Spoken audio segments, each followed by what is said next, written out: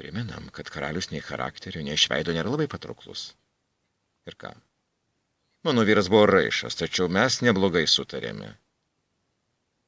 O be to karalienėmis tampame ne tam, kad būtume laimingos.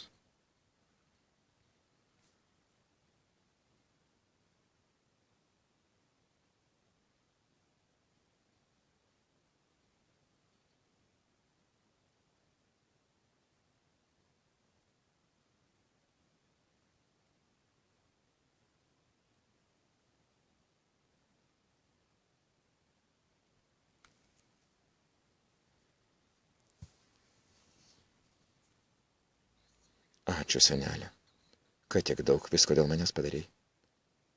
Jūsų dėka tapsiu 4 upių ir 3 jūrų skalaujamos didžiulės karalystės karalienė.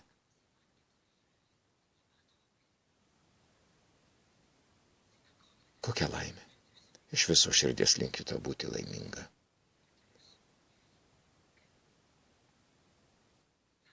Dabar eik. Eik, dukrelė.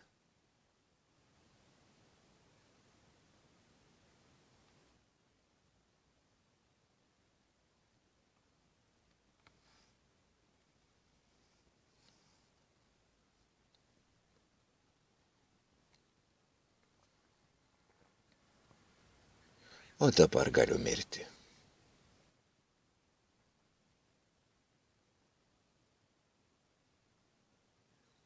Pone Martynai, karalius taip kosti, kad plyšta krūtinė.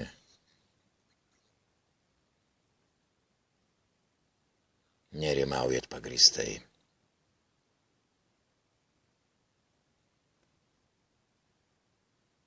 Pagal žvaigždžių žemėlapį jam neprognozuojama gera sveikata ir ilgas gyvenimas.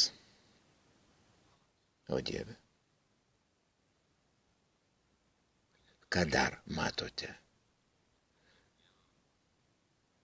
Neturėtų užtemti nei metų. Ar matote, kad karaliui pakaks laiko vesti? Žinoma, ir susilauks vaikų. Mėnulio ir Marso pozicija rodo, kad to vaiko gyvenimas bus sudėtingas. Jei vaikas gyventų ilgiau nei Liudvikas, jį reikėtų atidžiai saugoti ir turėti ištikimų tarnų. Patikėkit manim, ponė Martynai, patikėkit manim. Žvaigždės mums palankios. Mums reikia veikti greitai. Rytoj auštant iškeliauk į Durdaną.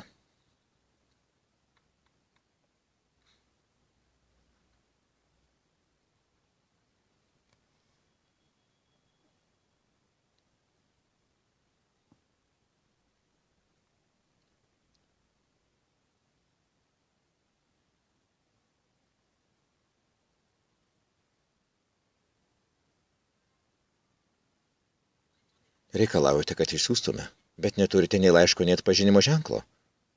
Kodėl mano mama pati netvyko? Tam, kad sumanymas pavyktų, jis turi būti slaptas, o jos pasirodymas Durdane sukeltų įtarimų.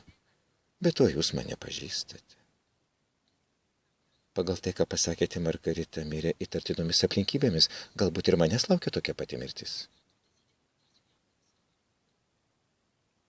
Jeigu taip ir būtų, kodėl jums praneščiau apie pusseserės mirtį? Net jei ir meluoti, geriau daryti tai ir nemirti iš nuobodulio. Padarykite tai.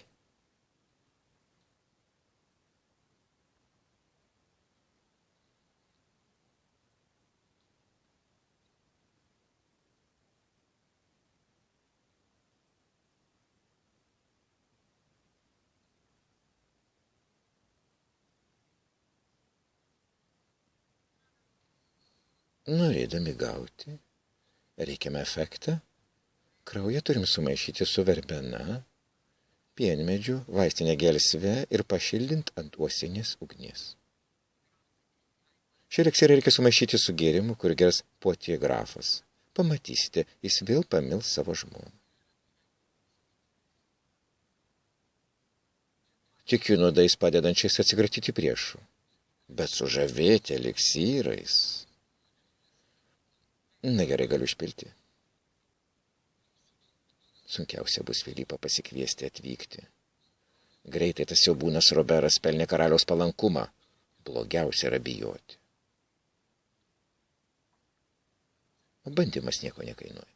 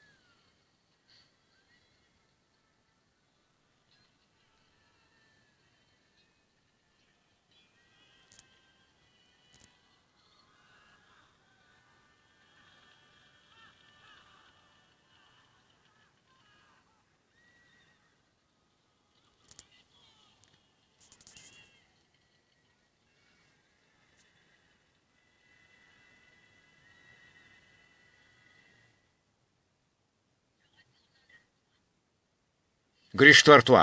Taip lengvai neleisiu tam padugnai Roberui siaubti mano žemių ir apiplėšinėti pilių. Nori karo? Tai ir turės. Kad jis padvėstų. Kad jis padvėstų. Vaidingasis taip pat. Primenu, kad šį rytą jūs merdėjote. Jūsų žentas čia atvyksta tik dėl to, kad mirštate.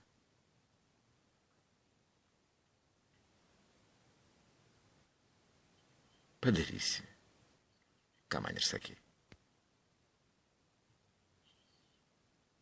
Žinojau, kad mano vasalai, kuriuos surinko Roberas, pasisako prieš mane.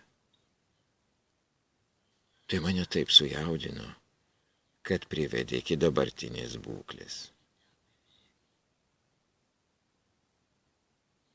Visi šie piktumai tik paspartina mano mirtį. Filipai, išgelbėkite Žaną nuo mirties. Juk ji nenusipelnė būti gąsdinama. Kas ją gąsdina? Roberas? Visat jis. Susipažinęs su jūsų seserimi Izabele, jis inicijavo mano dukrų ir Margaritos atėmimą.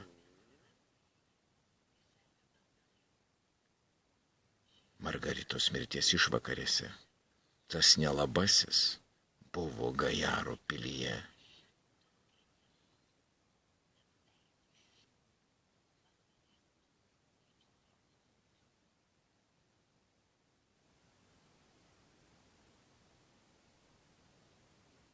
O ne, man viskas sukelia šleikštulį.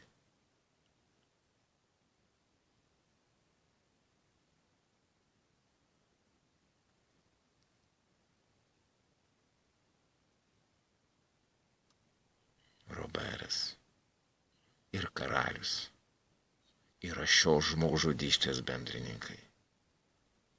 Roberas palaiko karalių. Dabar jie imsis mano dukrų. Nužudys abi.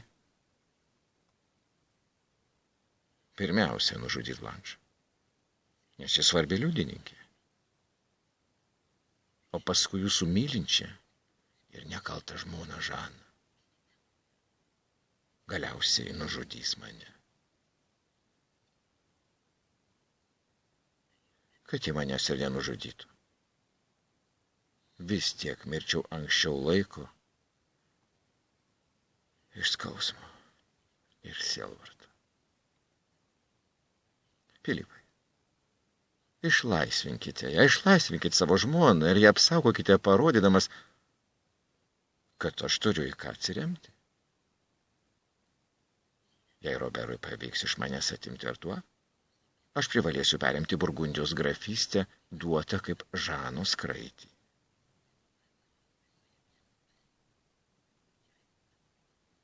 Ir jūs nerimausite, Ar iš Burgundijos grafystės negaunate naudos? Dėl visko dar pakalbėsim. Greitai pasimatysime.